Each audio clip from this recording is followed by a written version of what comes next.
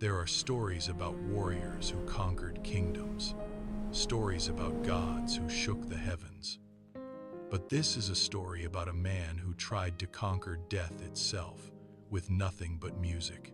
His name was Orpheus, and this was the tragedy of Eurydice. Orpheus was no ordinary musician. The son of the muse Calliope, his voice carried something divine. When he played his lyre, trees leaned closer to listen. Rivers slowed their currents. Even wild beasts forgot their hunger. Men called him blessed by Apollo himself. But for all his gifts, the only thing Orpheus truly loved was Eurydice. Eurydice was laughter in human form. Where Orpheus was quiet and melancholic, she was sunlight. Together, they became inseparable. And when they married, the world itself seemed to rejoice. But in Greek tragedy, happiness is often just the calm before the gods strike. One day, while wandering through the woods, Eurydice stepped where she should not have. A serpent hidden in the grass struck her ankle.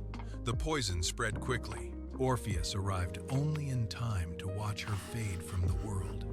"Don't let me be forgotten," Eurydice said weakly, and then silence. For the first time in his life, Orpheus played no music, because grief had stolen the song from him. Most men mourn the dead, but Orpheus decided to follow them. He descended into the underworld itself, past the black river Styx, past the souls of the forgotten, past the gates guarded by Cerberus, the three-headed hound of Hades. But when Orpheus played his lyre, the beast lay down peacefully. Even monsters wept for him. Before him sat Hades, king of the dead, and Persephone, queen of sorrow. No mortal had ever come this far. But Orpheus did not beg. Instead, he sang a song of love, of loss, of emptiness so deep that even the dead remembered what it felt like to live. The underworld itself fell silent.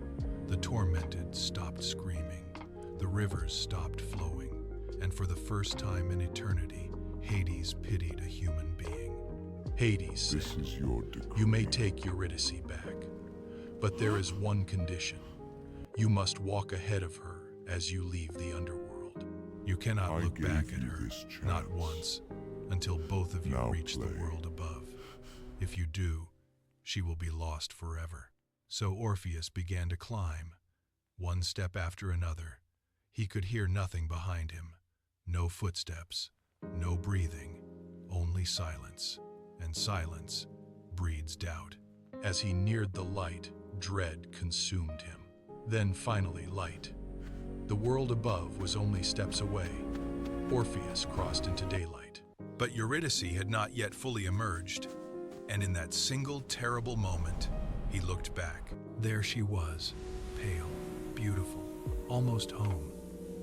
Their eyes met, and immediately she began to fade. "Orpheus," she said as she dissolved into shadow, "gone, not by poison, not by fate, but by one moment of human fear." Orpheus wandered the earth for years afterward. The man whose music once moved the world now played only songs of mourning. Some say the gods took pity on him in the end. Others say he died broken and alone. But his story survived for centuries because it speaks to something painfully human. Love can make people challenge impossible odds, but doubt can destroy everything one step before salvation. The tragedy of Orpheus and Eurydice is not that death existed. It is that love almost defeated it. Almost. And sometimes, almost hurts more than failure itself.